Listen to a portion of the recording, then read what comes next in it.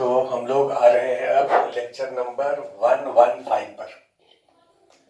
इसमें जो पहले पढ़ चुके थे ऑलरेडी, एक बार जरा फिर से उसको रिवाइज कर लें। आई में आपको ये बताए थे कि कोई भी नॉर्मल आई जो होता है, नॉर्मल आई, उसका नियर पॉइंट होता है 25 सेंटीमीटर और फार पॉइंट होता है इंफिनिटी। मतलब अगर कोई ऑब्जेक्ट यहां पर रखा हुआ है तो उसका इमेज रेटिना पर बनेगा, और अगर कोई ऑब्जेक्ट यहां पर रखा है तो उसका भी इमेज रेटिना पर बनेगा। नॉर्मल ह्यूमन आई का लेंस और रेटिना के बीच का डिस्टेंस 2.5 सेंटीमीटर होता है। अगर कोई ऑब्जेक्ट यहां पर रखा हुआ है तो जो भी रेज इस पर इंसिडेंट हो रहा है, ये लेंस का फोकल लेंथ इस तरह से चेंज ये आई करेगा। आई लेंस के फोकल लेंथ को कैसे चेंज करता है? सिलियरी मसल को कंप्रेस करके। तो सिलियरी मसल से इस लेंस को कंप्रेस करेगा, कंप्रेस करने के कारण इसका फोकल लेंथ का वैल्यू घट जाएगा, मतलब पावर बढ़ जाएगा। तो अगर कोई ऑब्जेक्ट यहां पर रखा है तो वो ये जो लेंस है उसको बेंड करके ये इमेज यहां बना देगा। कहां पर? रेटिना पर। सपोज करो आपको समझाने के लिए कि ये जो इनिशियल डायरेक्शन रे का था उससे ये 15 डिग्री बेंड कर दिया, 15 डिग्री बेंड कर दिया तो इमेज रेटिना पर बन गया। अब इस केस में इस लेंस का पावर कितना है? मैक्सिमम पावर होगा। कितना आया था? 44 डायोप्टर। लेंस का पावर मैक्सिमम कब होगा? जब लेंस का बेंडिंग, जब लेंस जो है रेज को ज्यादा बेंड कर रहा होगा। तो इस समय रेज को सबसे ज्यादा बेंड करना पड़ रहा है, लेकिन जब ऑब्जेक्ट इंफिनिटी पर है यहां पर, तो यहां से रेज इस पर इंसिडेंट होगा।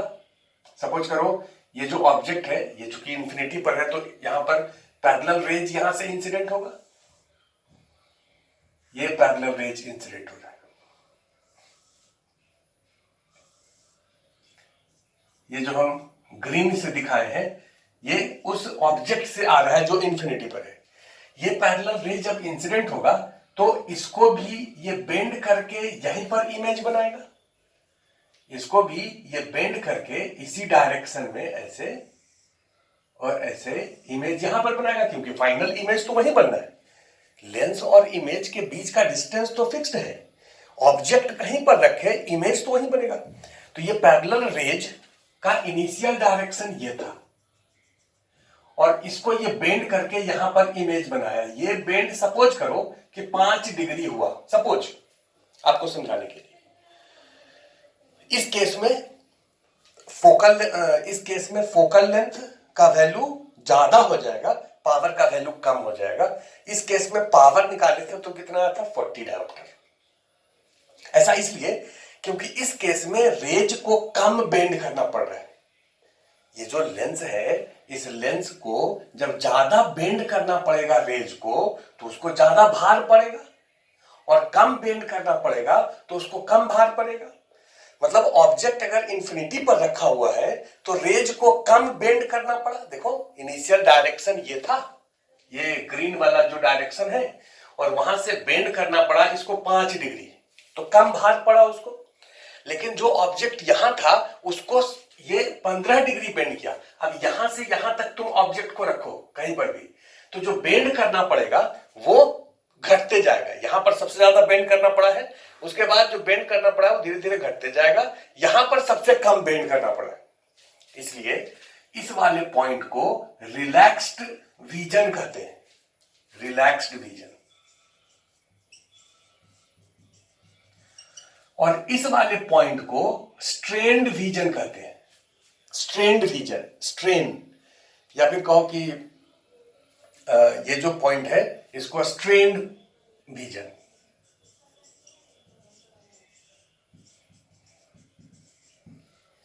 अब ये बताइए कि जब आप हनीमून पर घूमने जा रहे हैं, जब आप हनीमून पर, शादी होगा, सब लोगों का शादी होगा, आप लोगों का नहीं होगा, तो जब आप हनीमून पर घूमने जा रहे हैं और बाहर किसी हिल स्टेशन पे जा रहे हैं, कुल्लू मनाली, या और भी भाई, तुम लोग तो बड़े बड़े लोग हो गए आगे पढ़ लिख करके, तो तुम लोग घूमने जा रहे हो स्विट्जरलैंड। तो जब स्विट्जरलैंड घूमने जा रहे हो तो वहां पर अपने गर्लफ्रेंड के साथ तुम दिन भर घूमते रहो, सुबह 7 से रात के 7 बजे तक बाहर, बढ़िया बढ़िया पहाड़, झील, झरना है हर जगह, तो आप थकेंगे नहीं। क्योंकि जब किसी कोई ऑब्जेक्ट दूर में है, झील जो है या झरना जो है या पहाड़ जो है, वो तो दूर ही होता है ना, पहाड़ को नजदीक से थोड़ा देखते हैं।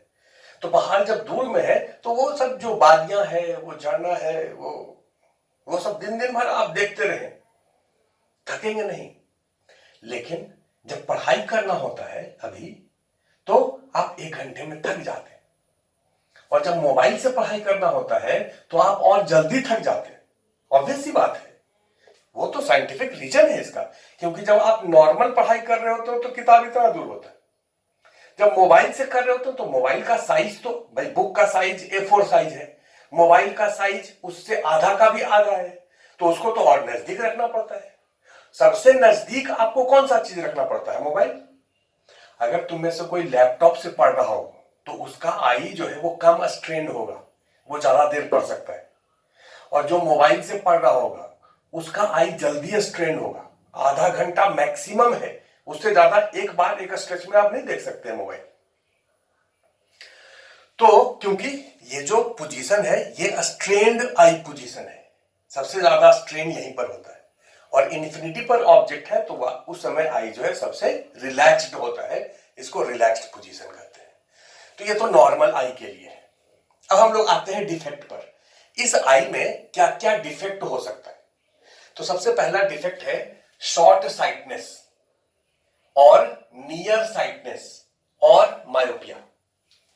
शॉर्ट साइटनेस, जिसको हम लोग हिंदी में कहते हैं निकट दृष्टि दोष, शॉर्ट साइटनेस या नियर साइटनेस। इसमें होता क्या है कि नजदीक का चीज दिखता है। शॉर्ट साइटनेस, शॉर्ट मतलब छोटा, साइटनेस मतलब दिखना, तो नजदीक का चीज दिखता है, दूर का चीज नहीं दिखता है। नाम से क्लियर है, शॉर्ट साइटनेस मतलब नजदीक का चीज दिखना। मैक्सिमम 40 से कम एज में, अभी तुम लोगों में से जितना लोग भी चश्मा पहनता है वो सबको शॉर्ट साइटनेस ही है, होता है इन जनरल। तो 40 से कम एज में ये वाला डिफेक्ट होता है।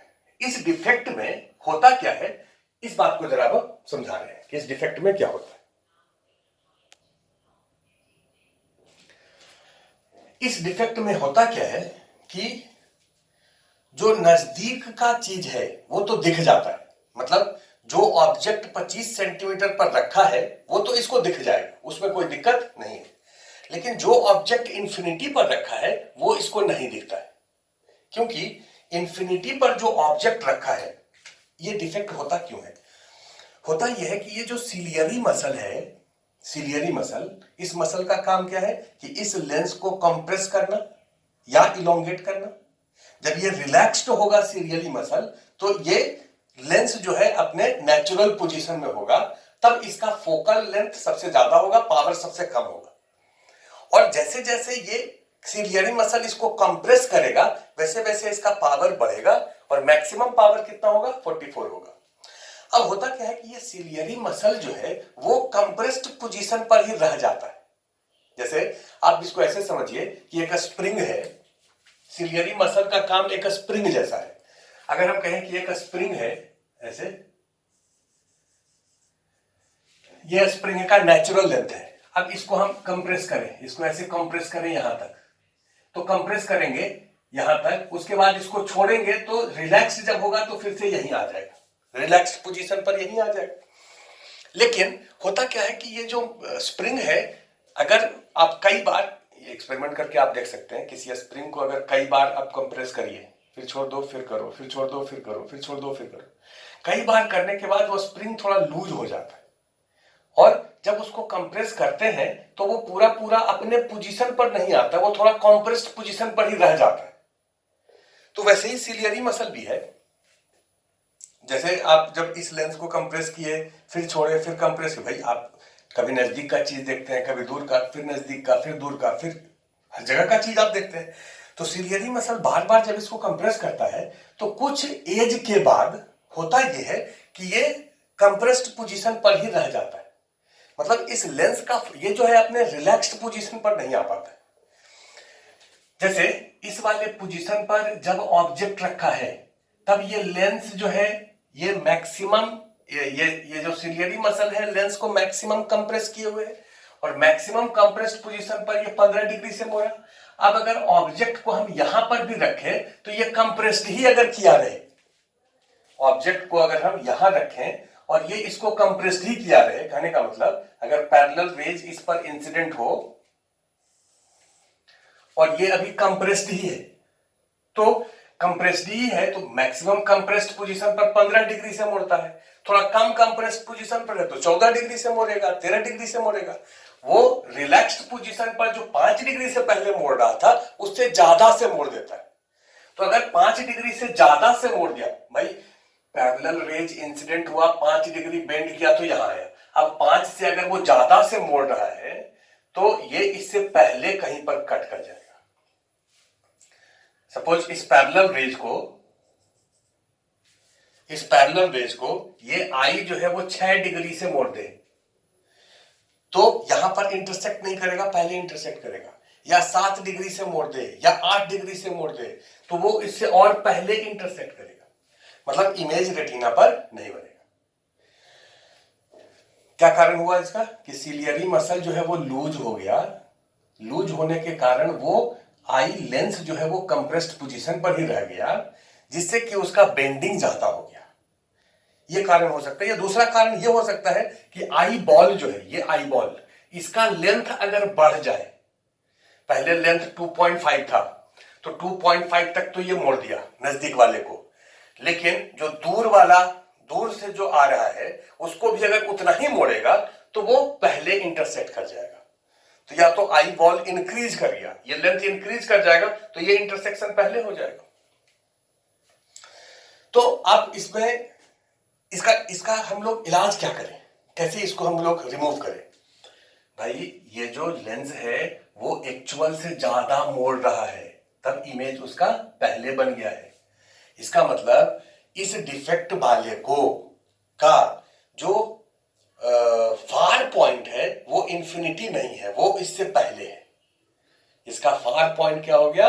इंफिनिटी से पहले हो गया। जो नॉर्मल ह्यूमन आई है उसका फार पॉइंट इंफिनिटी होता है, लेकिन मायोपिक आई का फार पॉइंट इंफिनिटी से घट जाता है। तो एक लाइन आप लिख लीजिए, इसके नीचे पहला point, far point of myopic आई। तो ये डिफेक्ट क्यों होता है? ये डिफेक्ट जब हो जाता है, far point of myopic eye decreases. Normal eye का फार पॉइंट इंफिनिटी होता है, मायोपिक आई का फार पॉइंट डिक्रीज कर जाता है। नियर पॉइंट तो ठीक है, इसका नियर पॉइंट जो है ये तो 25 सेंटीमीटर ही होगा, लेकिन फार पॉइंट इसका घट जाएगा। अब फार पॉइंट इंफिनिटी नहीं होगा। सपोज करो फार पॉइंट अब y हो गया, फार पॉइंट कितना हो गया? y हो गया। अब ये फार पॉइंट क्यों घट गया, उसका कारण क्या है? This defect arises due to elongation of eyeball. ये जो आई बॉल है ये अगर इलोंगेट हो जाए, मतलब इसके बीच का डिस्टेंस बढ़ जाए, और increase in power of eye lens, या दूसरा कारण क्या है कि इसका पावर बढ़ जाए। जैसे इसका मिनिमम पावर 40 है, मैक्सिमम पावर 44 है, तो मैक्सिमम पावर तो ठीक है, लेकिन मिनिमम पावर 40 नहीं 41 हो जाए या 42 हो जाए, तो मिनिमम पावर जैसे जैसे बढ़ेगा इसका जो फार पॉइंट है वो घटेगा। ये वाला पावर किसके लिए होता है? इसके लिए। और ये वाला पावर किसके लिए होता है? इसके लिए। तो ये वाला तो ठीक ही है, लेकिन ये वाला जो पावर है वो सही नहीं है, वो बढ़ गया है। तो 40 से अगर 41 या 42 हो जाए तो उसका नियर पॉइंट घटते जाएगा।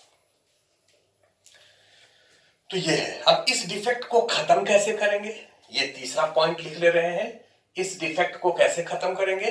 तो इसके लिए हम लोग क्या करते हैं कि जो डिफेक्टिव आई है उसके आगे एक लेंस रख देते हैं। कैसा लेंस? Diverging lens. ये कैसा लेंस है? Diverging lens.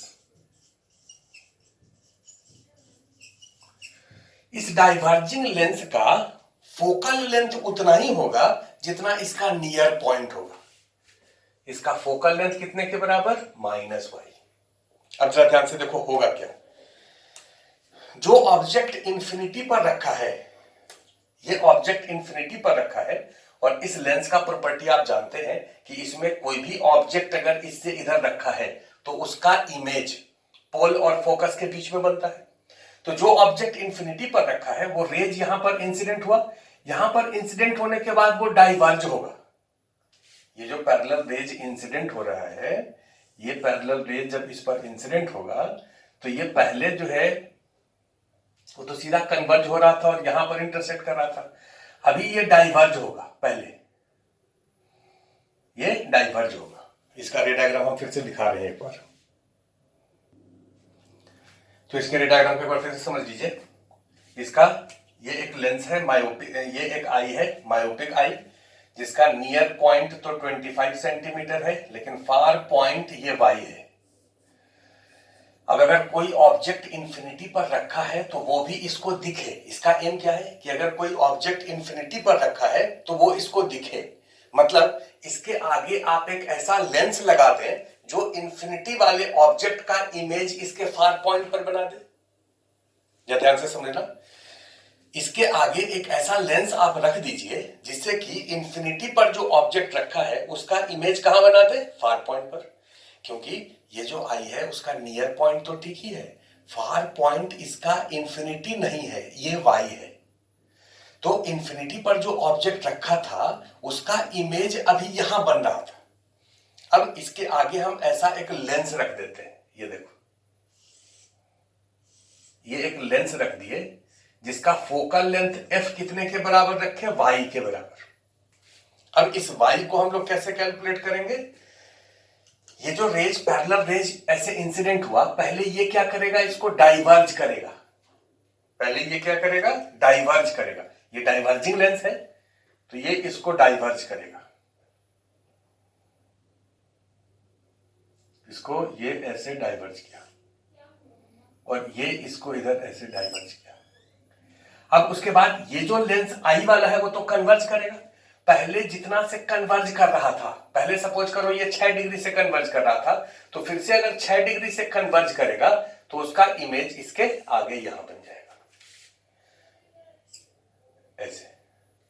अब इसको जब हम पीछे प्रोड्यूस करेंगे तो ये यहां पर इंटरसेक्ट करेगा। इसको जब पीछे प्रोड्यूस करेंगे ऐसे और ऐसे, इसको पीछे प्रोड्यूस किया तो यहां इंटरसेक्ट किया, इस वाले लाइन को पीछे प्रोड्यूस किया तो यहां इंटरसेक्ट किया। अब ये तो आपको पता ही है कि अगर कोई डाइवर्जिंग लेंस ऐसे है और पैरेलल बीम ऑफ लाइट इस पर इंसिडेंट होता है तो ये ऐसे ऐसे जाएगा और पीछे प्रोड्यूस करेंगे तो वो कहां पर इंटरसेक्ट करेगा? इसके फोकस पर। ये तो फोकल लेंथ होता है।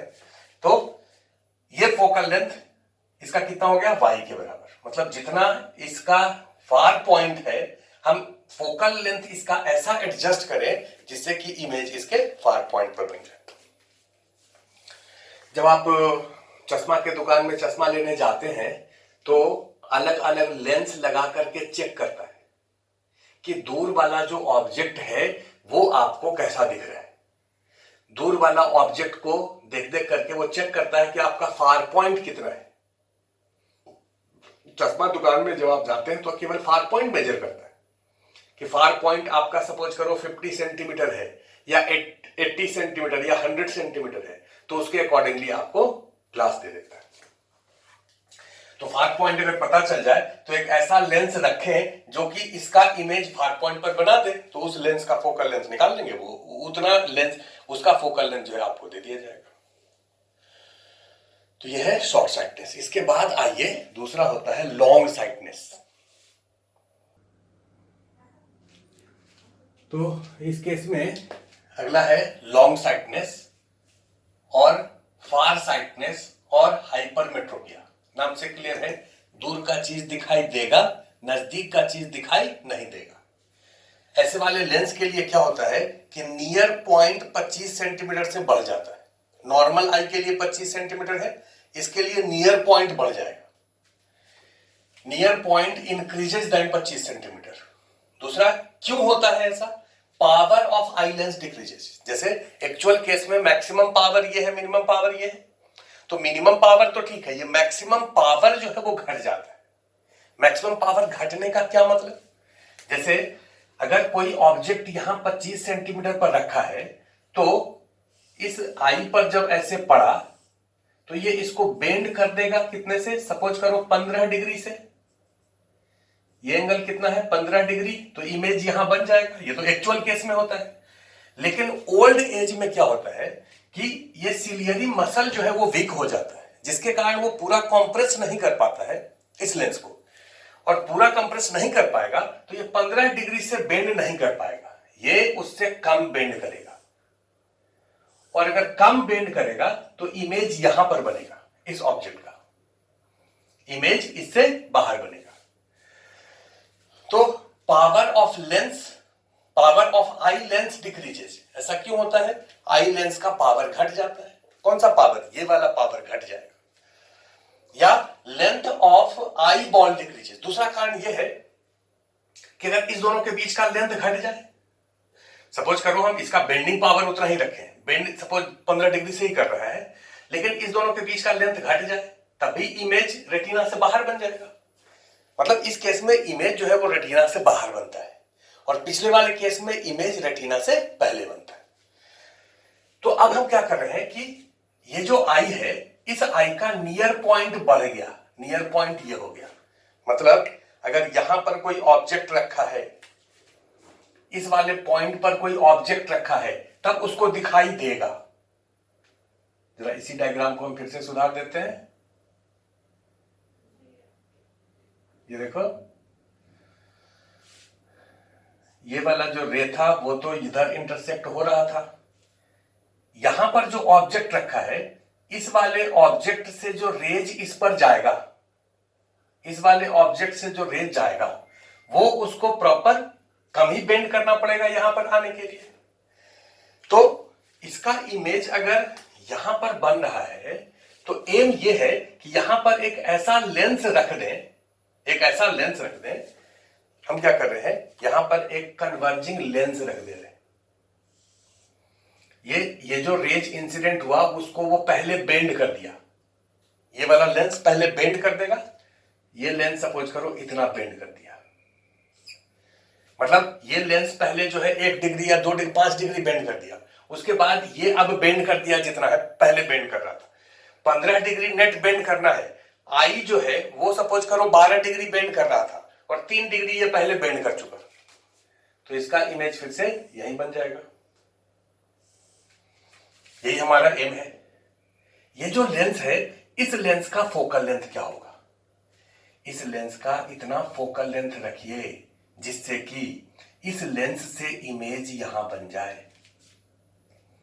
इस वाले लेंस का काम क्या है कि ये जो ऑब्जेक्ट यहां पर रखा है 25 सेंटीमीटर पर, उससे जो रेज इंसिडेंट हुआ है वो पहले कन्वर्ज होगा। इसको जब आप पीछे प्रोड्यूस करेंगे, इस वाले रे को जब पीछे प्रोड्यूस करेंगे तो यहां इंटरसेक्ट करें। ये डिस्टेंस सपोज करो पाई है। तो यहां पर तो 2 लेंस है। पहला ये लेंस से इमेज यहां बन गया, जो कि इसके लिए ऑब्जेक्ट हो गया, और इसके लिए तो ये विजिबल है ही, तो उसका इमेज रेटिना पर बन गया। अब इस लेंस का फोकल लेंथ कितना होगा ये निकालना है। तो फॉर्मूला तुम्हारे पास है 1/v minus 1/u equal to 1/f।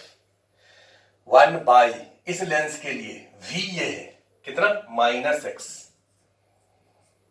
1/u, u कितना है -25 इज इक्वल टू 1/f। अब अगर x का वैल्यू तुमको पता है तो यहां रख दो, f का वैल्यू निकल जाएगा। तो जब हम लोग दुकान में जाते हैं आई साइट चेक करवाने के लिए, तो वहां पर भी नजदीक का भी चेक करता है, दूर का भी चेक करता है। यंग एज में जनरली नजदीक वाला चेक नहीं करता है, ओल्ड एज में ये नजदीक वाला भी चेक करता है, क्योंकि उसको पढ़ने में भी दिक्कत होता है। आप लोग कभी कभी देखते होंगे कि कोई बूढ़ा आदमी अगर अखबार पढ़ रहा है तो ऐसे करके पढ़ता है। ऐसे करके इसलिए पढ़ता है क्योंकि उसका नियर पॉइंट जो है वो बढ़ गया है। यंग एज में नियर पॉइंट जिसका सही है वो नॉर्मली ऐसे पढ़ेगा, लेकिन ओल्ड एज में अखबार ऐसे पढ़ने का क्या कारण, कि उसका नियर पॉइंट बढ़ गया है। इसका मतलब उसको कैसा ग्लास चाहिए? कन्वर्जिंग लेंस चाहिए। क्योंकि जब आप ऐसे करके किसी चीज को पढ़ते हैं तो ऑब्वियसली आपको छोटा दिखेगा, आपके आंख पर ज्यादा जोर पड़ेगा। कोई भी ऑब्जेक्ट बड़ा या छोटा क्यों दिखता है? जब एंगल आपके आई पर बड़ा या छोटा बनाता है। ये चीज का डिस्कशन हम लोग आगे ऑप्टिकल इंस्ट्रूमेंट में करेंगे, अभी फिलहाल इसको छोड़ दो। अभी फिलहाल केवल इतना देखो कि अगर कोई दूर करके ऐसे पढ़ रहा है मतलब उसका नियर पॉइंट ये है। अब नियर पॉइंट को घटाना है तो क्या करेंगे? एक ऐसा लेंस रख देंगे। अब ऑब्जेक्ट आप ये जो डिफेक्टेड आई है अगर ऐसा लेंस पहन लिया है तो ऑब्जेक्ट अब यहां रख सकता है। यहां पर ऑब्जेक्ट रखेगा तो ये वाला लेंस इमेज इधर बना देगा और फिर इसका इमेज ये रेटिना पर बना देगा, उसको साफ साफ दिखने लगेगा।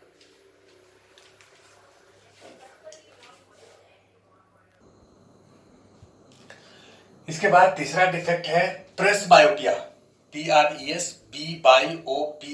Presbyopia. Presbyopia generally old age में होता है। ओल्ड एज में जब आप 40 से कम होते हैं और अगर आपके आंख पर चश्मा लगा तो वो मायोपिया होता है, और अगर 40 से ऊपर है और चश्मा लगा पहली बार तो वो हाइपरमेट्रोपिया होता है, दूसरा वाला। और उसके बाद अगर चश्मा लगा तो वो प्रेसबायोपिया होता है, जिसमें कि सिलियरी मसल वीक हो जाता है। अगर ये सिलियरी मसल वीक हो गया तो ना तो सही ढंग से इसको कंप्रेस कर सकता है और ना ही वो सही ढंग से रिलैक्स रह सकता है। मतलब वो लूज भी हो जाएगा, लूज हो जाएगा तो ऑलरेडी कॉम्प्रेस्ड रहेगा और पूरा कॉम्प्रेस भी नहीं कर सकता है। तो इसका कारण क्या है? The effectiveness of ciliary muscle decreases. Ciliary muscle का इफेक्टिवनेस घट जाता है and flexibility of the lens of human I decreases. Human आई के लेंस का फ्लेक्सिबिलिटी घट जाता है। वही बात हुआ कि सिलियरी मसल अगर सही ढंग से उसको नहीं दबा पाया या वो इसका फ्लेक्सिबिलिटी अगर घट गया तो सिलियरी मसल उसको नहीं दबा पाएगा। तो इसके कारण ये डिफेक्ट अराइज होता है। इसमें क्या होता है कि नियर पॉइंट 25 से बढ़ जाएगा और फार पॉइंट इंफिनिटी से घट जाएगा। मतलब दोनों डिफेक्ट एक साथ हो जाएगा। मायोपिया में क्या था कि फार पॉइंट इंफिनिटी से केवल घटा था, और हाइपरमेट्रोपिया में क्या था कि नियर पॉइंट जो है वो बढ़ा था। इस केस में क्या होगा कि फार पॉइंट घट जाएगा और नियर पॉइंट बढ़ जाएगा। तो आपको दो तरह का लेंस लगाना पड़ेगा। एक लेंस इस अगर कोई ऑब्जेक्ट इंफिनिटी पर रखा है तो उसका इमेज यहां बना दे, और दूसरा लेंस अगर कोई ऑब्जेक्ट 25 सेंटीमीटर पर रखा है तो उसका इमेज यहां बना दे। जब आप बुक पढ़ जिस पर्सन को ये वाला डिफेक्ट होता है वो पर्सन जनरली या तो दो चश्मा लेकर के चलता है। अगर वो ड्राइविंग कर रहा है, गाड़ी चला रहा है, तो जब आप गाड़ी चलाते हैं तो रोड देखते हैं, दूर का चीज देखते हैं कि आगे कोई ट्रक है, साइकिल है, मोटरसाइकिल है, उसको धक्का नहीं लगे। तो उसके लिए आप जो चश्मा लगाते हैं वो ऐसा लगाते हैं जो कि नेगेटिव पावर को हो, मतलब डाइवर्जिंग लेंस हो। मतलब अगर आप इंफिनिटी के ऑब्जेक्ट को देखते हैं तो उसका इमेज आपके फार पॉइंट पर बना दे, ऐसा चश्मा लगाएंगे। लेकिन जब आप बुक पढ़ेंगे तब उस चश्मा को उतार दीजिए, दूसरा चश्मा लगाइए जिसमें कि लेंस कैसा हो, कन्वर्जिंग लेंस हो। उसका काम क्या है कि यहां पर जो ऑब्जेक्ट रखा है नजदीक में उसका इमेज ये नियर पॉइंट पर बना दे। तो अगर किसी आदमी को चश्मा देना है तो उसका नियर पॉइंट आप पता कर लीजिए एक्स कितना है, उसके करस्पॉन्डिंग इसको आप लेंस दे दीजिए ऐसा वाला, और उसका फार पॉइंट पता कर लीजिए कितना है, उसके करस्पॉन्डिंग आप इसको लेंस दे दीजिए ऐसा वाला। ये वाला लेंस से इसको देखें और ये वाला लेंस से इसको देखें। यहां पर जो ऑब्जेक्ट है वो इमेज यहां बना देगा ये वाला लेंस, और यहां पर जो ऑब्जेक्ट है वो इमेज यहां बना देगा यहां वाला लेंस। तो इसका फोकल लेंथ f1 निकाल लीजिए, इसका फोकल लेंथ f2 निकाल लीजिए। या तो अलग अलग दो चश्मा आप बनवा लीजिए, या आप देखते होंगे कि ओल्ड एज में जो चश्मा होता है वो नीचे वाला पार्ट मोटा होता है और ऊपर वाला पार्ट जो है वो पतला होता है। नीचे वाला पार्ट मोटा होने का मतलब वो लेंस कैसा है, कन्वर्जिंग है, और ऊपर वाला पार्ट जो है ऐसा होने का मतलब लेंस कैसा है, डाइवर्जिंग है। तो ऐसा चश्मा आप लगा लीजिए, इसका फोकल लेंथ और इसका फोकल लेंथ दोनों निकाल लीजिए, f1 f2। f1 का वैल्यू कितना हो जाएगा, तो पहला कैलकुलेशन F1 ये वाला लेंस इसका इमेज यहां बना रहे हैं, मतलब F1 कितने के बराबर, -y। उसी तरह से F2 कितने के बराबर, तो F2 का वैल्यू कैलकुलेट करना होगा। ऑब्जेक्ट को यहां रखिए और इमेज यहां बनेगा, तो F2 कितना आएगा, कैसे निकालेंगे, 1/v माइनस 1/u 1/f, ये फॉर्मूला है। v कितने के बराबर, -x, u कितने के बराबर, -25, F2 कितने के बराबर, ये निकल जाएगा। अब देखो ये x जो है, ये जो इस वाले टर्म में देखो F2 का वैल्यू पॉजिटिव आएगा। कैसे पॉजिटिव आएगा, 1/F2 है 1/25 माइनस 1/x, x का वैल्यू तो 25 से ज्यादा है, तो ये क्वांटिटी कम होगा इससे, ये टर्म पॉजिटिव होगा, F2 पॉजिटिव होगा, तो इसका फोकल लेंथ कैसा होना चाहिए, पॉजिटिव होना चाहिए। तो इसको कहते हैं इसको कहते हैं प्रेसबायोपिया। एक तरह का डिफेक्ट और होता है, ये लास्ट डिफेक्ट है जिसको कहते हैं एस्टिग्मेटिज्म। ये एस्टिग्मेटिज्म होता क्यों है, a human eye which cannot focus on both horizontal and vertical line simultaneously is suffering from defect known as astigmatism। होता क्या है कि ह्यूमन आई जो है, इस ह्यूमन आई का अगर हम ऐसा कोई एक ऑब्जेक्ट दिखाएं क्रॉस तरह का, तो जो नॉर्मल आई होगा वो इसको और इसको दोनों को आइडेंटिकली रिकॉग्नाइज करेगा, लेकिन एस्टिग्मेटिक आई अगर है तो एक वर्टिकल लाइन वाला जो ऑब्जेक्ट है उसको सही ढंग से देख पाएगा, लेकिन हॉरिजॉन्टल वाला जो है उसको सही ढंग से नहीं देख पाएगा। मतलब ये जो लाइन है वो फेंट दिखेगा, ये लाइन और ये लाइन तो इक्वली दिख रहा है, लेकिन ये जो नॉर्मल आई को दिख रहा था अब ये फेंट दिखेगा, पतला नहीं। यहां पर ये हम पतला दिखाए हैं वैसा नहीं, ये फेंट है और ये स्ट्रॉन्गली दिख रहा है। तो ये जब फेंट दिखेगा या फिर ये वाला फेंट दिखे या ये वाला फेंट दिखे, तो ये डिफेक्ट जो है उसको एस्टिग्मेटिज्म कहते हैं। इसका कारण क्या है, इस बात को भी जरा हम समझ लें, इसका कारण क्या होता है। इसका कारण क्या होता है कि आई बॉल जो है, आई बॉल वो तो स्फेरिकल है, कॉन्वेक्स लेंस है, और कॉन्वेक्स लेंस का इस तरफ से रेडियस और इस तरफ से रेडियस सेम होता है। कॉन्वेक्स लेंस ऐसा है, इधर से रेडियस और इधर से रेडियस सेम है। अगर किसी एक तरफ का रेडियस जो है वो चेंज हो जाए, दूसरे तरफ का रेडियस सेम है लेकिन इस तरफ का रेडियस जो है वो बढ़ जाए, तो उस केस में ऐसा डिफेक्ट होता है। तो इसको करेक्ट करने के लिए हम लोग क्या करते हैं कि आई बॉल के आगे सिलिंड्रिकल लेंस लगा देते हैं, क्योंकि सिलिंड्रिकल लेंस जो है उसका एक तरफ का रेडियस तो होता है लेकिन दूसरे तरफ का रेडियस इंफिनिटी होता है।